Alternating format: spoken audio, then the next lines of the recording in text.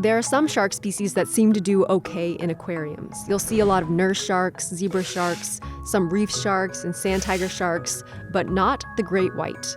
For decades, aquariums have tried to contain the world's largest predatory fish. Institutions like Marineland, SeaWorld, and the Steinert Aquarium repeatedly took in white sharks during the 1970s, 80s, and 90s, at times drawing huge crowds. But they never lasted long. Some needed help swimming, none of them would eat. The longest one lasted was just 16 days. A 1984 report by the Steinert Aquarium put it this way. In most cases, it could be said that all of these captive sharks were merely in the process of dying, with some taking longer than others. They had constructed an elaborate transport tank with a harness and IV fluids, but still couldn't keep the sharks alive. It wasn't until 2004 that the Monterey Bay Aquarium proved that it was possible to keep white sharks for at least 6 months. It took a massive effort, and no one's done it since.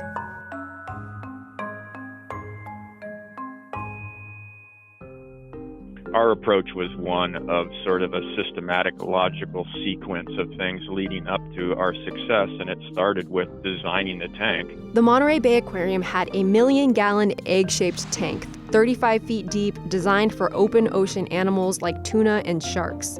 So you need a big tank. You also need a small shark.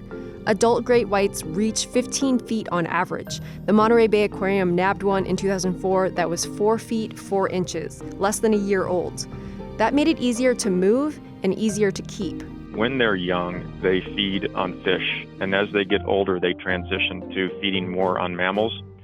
And so we were targeting the age bracket where we were more able to feed their natural diet. And once they collected the shark, they didn't take it straight to the aquarium. Instead, the Monterey Bay team set up a 4 million-gallon pen right there in the ocean.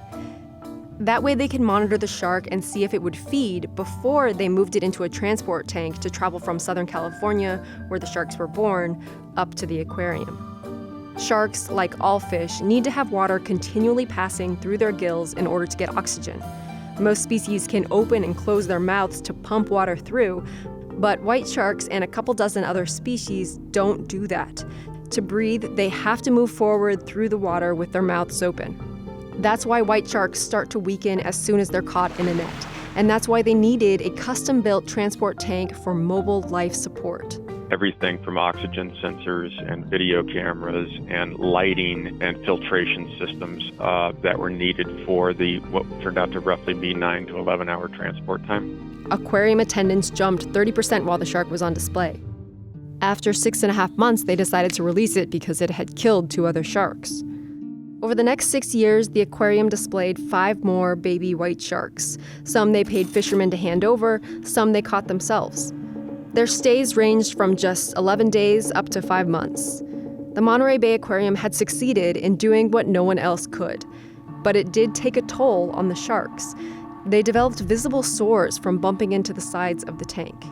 We actually snuck in with photographers and took pictures, of the sharks as they were beginning to attrit and fail due to constant scraping against the wall, basically. As we viewed it, it was a vase of flowers that would be kept for the visitors.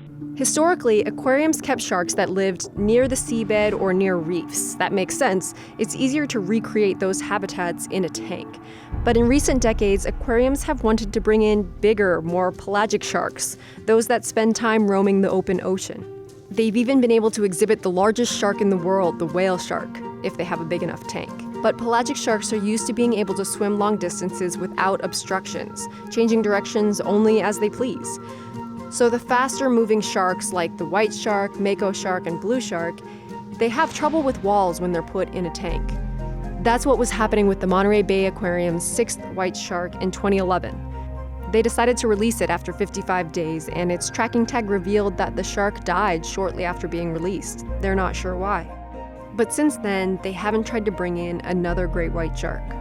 It's a very, very, very resource-intensive program, and we felt like we had accomplished our goal of introducing the general public to a live white shark.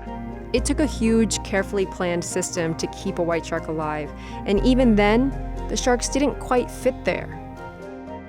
We can't seem to stop trying, though. Earlier this year, an 11.5-foot great white shark was taken to an aquarium in Okinawa, Japan, after getting caught in a fisherman's net. It was the only adult white shark ever to be put on display, and within 3 days, it was dead.